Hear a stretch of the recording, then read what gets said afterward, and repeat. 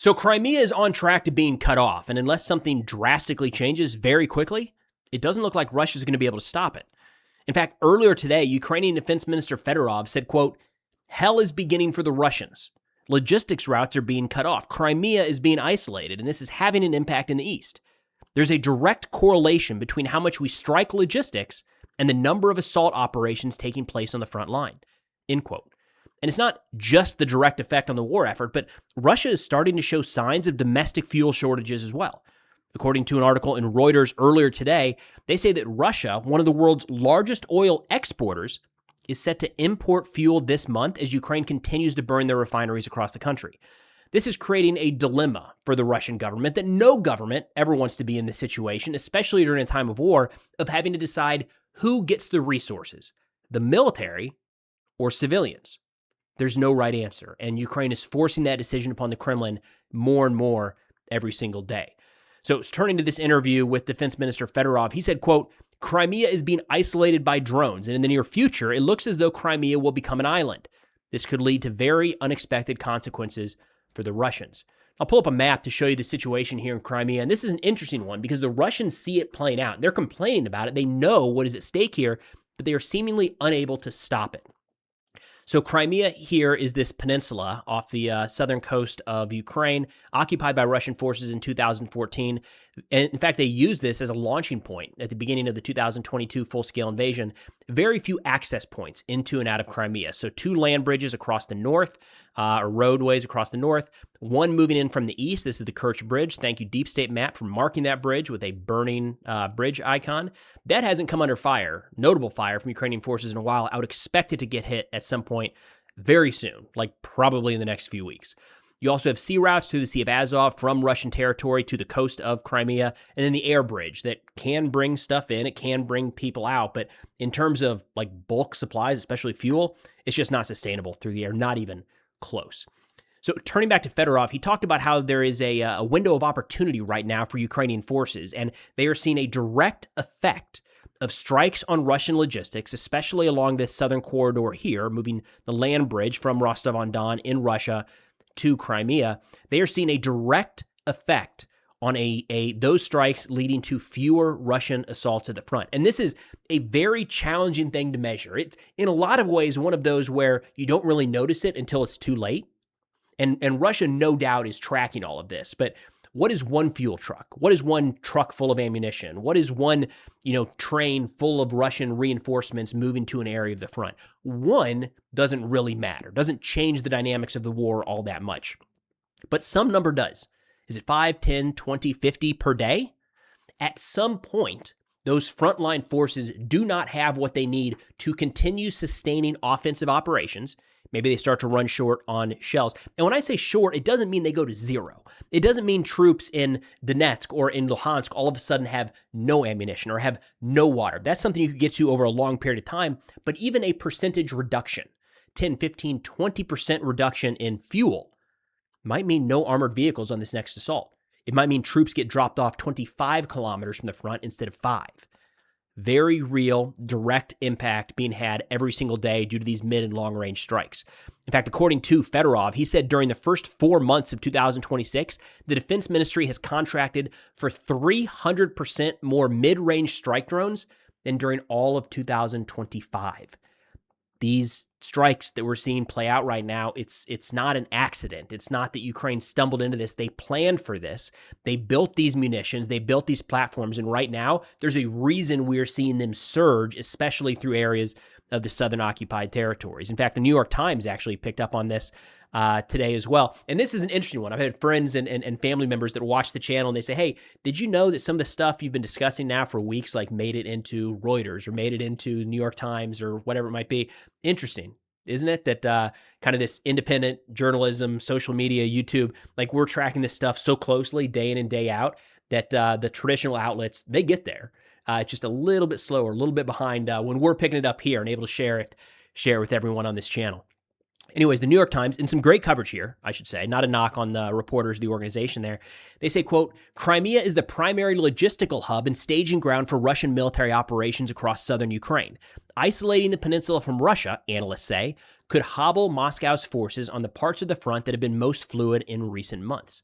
Again, looking at the map here, the challenge they face is moving supplies into some of these territories is challenging. So when you get up further north, they can come directly in from Russia, right? So you're probably not, and I have not heard of any significant logistics shortages in Luhansk, this area here. A lot of access points from Russian territory. As you get down into Donetsk, we're starting to hear more and more about major challenges because Donetsk, limited access directly from Russia, and then a lot of the stuff in Zaporizhia and Kherson is trying to come through Crimea, and that's just not viable anymore. Again, a percentage reduction. Robert Brovdy, the commander of the Unmanned Systems Forces a few weeks ago, talked about something like, if I'm not mistaken, like a 70% reduction in logistics movements throughout this land bridge in the south. That's like collapse level numbers for what it's worth. Even 10 to 20% would be a major deal. 70 is probably like the shock to things are all of a sudden blowing up on a road that they were not blowing up on last week. But it's becoming harder and harder for Russia to maintain the historical level of supply to their troops, especially in this region. The New York Times says, quote, daily life on the peninsula, which is roughly the size of Massachusetts, has turned into a quest for hunting for gas or cheap sugar, a resident of northern Crimea told the New York Times. They say while there is no evidence of food shortages, some Crimeans appear to have snapped up goods in panic buying, with shelves stripped of sugar, rice, and pasta at some supermarkets. For the first time since Russia's full-scale invasion of Ukraine, the summer holiday season in Crimea is in doubt. Nearly 80% of bookings in the last week of May and the first week of June were canceled, according to data from a Russian travel booking software company. In fact, just last night, we got a notification from the head of Crimea, Askanov, who put out a note saying that until further notice, between 8 p.m. and 6 a.m., there was a restriction on all motor vehicles. So motorcycles, cars, mopeds, pit bikes, quad bikes, scooters, any motor vehicles at all, civilian, shut down. Do not go on the roads in Crimea at night. And we're getting multiple reports from people in Crimea that are just getting fed up and saying, why are we not allowed to talk about this? And the mill bloggers actually kind of taking their side, saying there are significant fuel shortages. The lines outside of gas stations are no joke. And it's not just in Crimea. Again, significant down in the south, but in Donetsk as well. There was a Russian reporter a few days ago named Filatov that joked that there's a new game playing out in Donetsk right now for people on the road where you have to calculate how far you can get on one single tank of gas because you're unlikely to find a functioning gas station for pretty long stretches in that occupied territory. Now, there's a couple different ways to look at this. One is the logistics being hit, making it harder for Russia to keep their frontline troops supplied. But a step beyond that is Ukraine continues to target and pretty effectively strike refineries all across Russia, deep inside of Russia. In fact, just the other day, we saw a refinery, I want to say 500 kilometers inside of Russian territory, north of Moscow, get hit. Broad daylight, too. We've got slow-moving Ukrainian drones filmed flying right by civilian high-rises, right by civilian apartments, flying directly into and impacting in this refinery. According to Reuters, they say a Ukrainian drone strike on Tuesday caused a fire at an oil refinery that is the largest fuel supplier to Russia's Moscow Oblast, forcing the facility to suspend operations. The Moscow oil refinery is the largest facility in the region, providing around 40% of the petroleum demand for the area around the capital. Russia's energy ministry said earlier this month the Ukrainian airstrikes had caused temporary difficulties with fuel supplies in several parts of southern Russia, and the government had to set up a new task force to smooth over supply problems. Looks like that task force may have recommended that Russia start importing fuel. So we'll jump to that article here in a minute. But a quick note on these refinery strikes. They're getting more effective. Had an opportunity yesterday to talk to Mr. Global on his podcast with Chad Scott, and that was something he brought up, is from the initial refinery strikes to now, you are seeing Ukraine go after not just the refinery, but specific tanks or specific buildings or certain areas of that layout to where it cannot be repaired in a short period of time. And they're seeing where these strikes are taking place. And I think a big part of this is, if you recall a few weeks ago, we talked about how there were relationships and contracts between commercial satellite imagery providers in the United States and the Ukrainian government and Ukrainian military forces. And they're looking at near real-time satellite imagery. So when something goes boom in the Moscow region, they're not flying recon drones over that, but they can pull up satellite imagery and probably get something, at least a few passes in a 24-hour period without cloud cover, that is, to see what they hit. Was it the right target? Do they need to shift 2 buildings to the left or 5 buildings to the north, or should they reattack that exact same spot? Very, very real-time intelligence for the battle damage assessments that Ukraine now has in their hands is making these refinery strikes. I mean, they're happening more often. They're becoming more effective as well. And again, I think a big takeaway from this most recent one, you've got a major refinery in the Moscow region. What have we been saying for months now? Russia has a limited supply of air defense assets.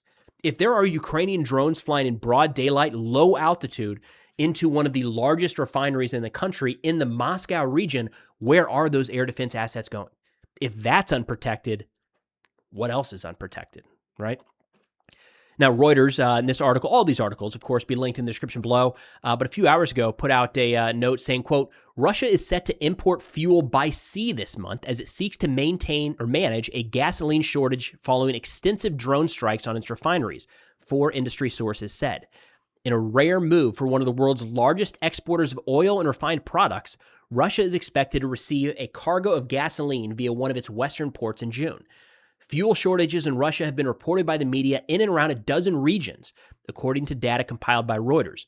Russian-held Crimea and 2 regions in Siberia have officially confirmed the shortages.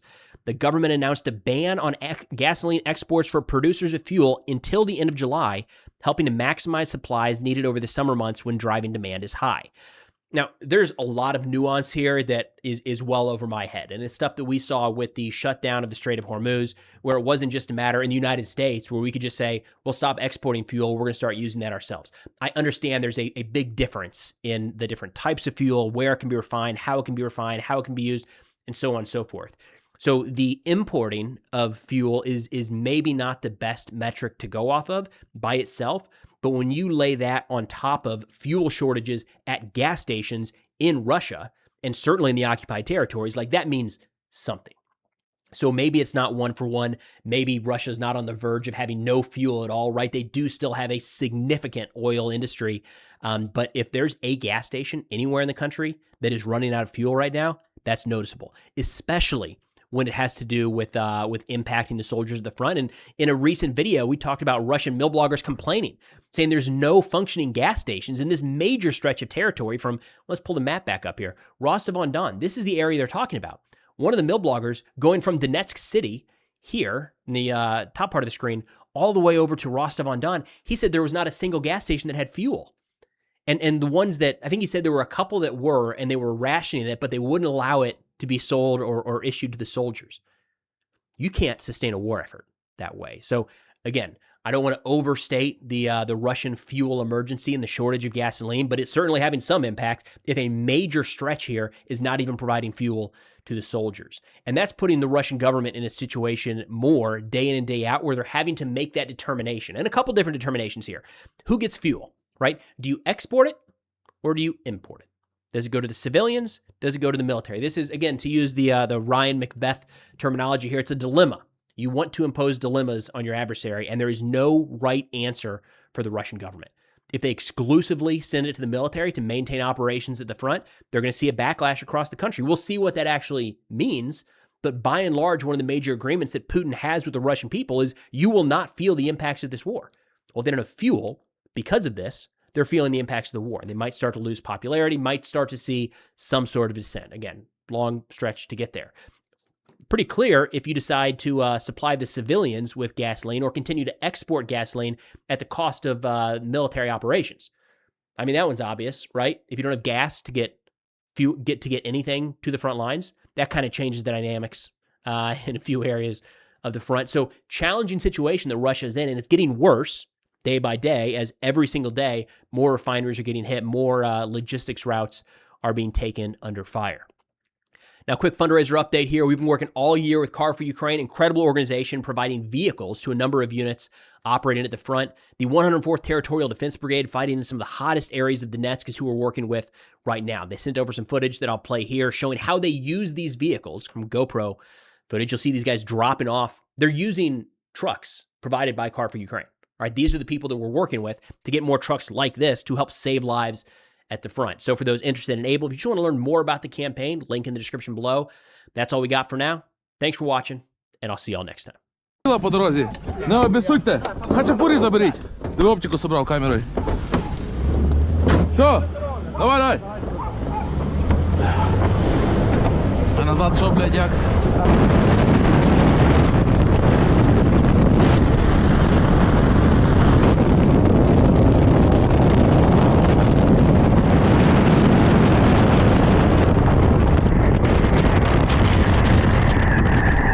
Що таке? Що? Де вона? А вон вони. Норм. Я праву.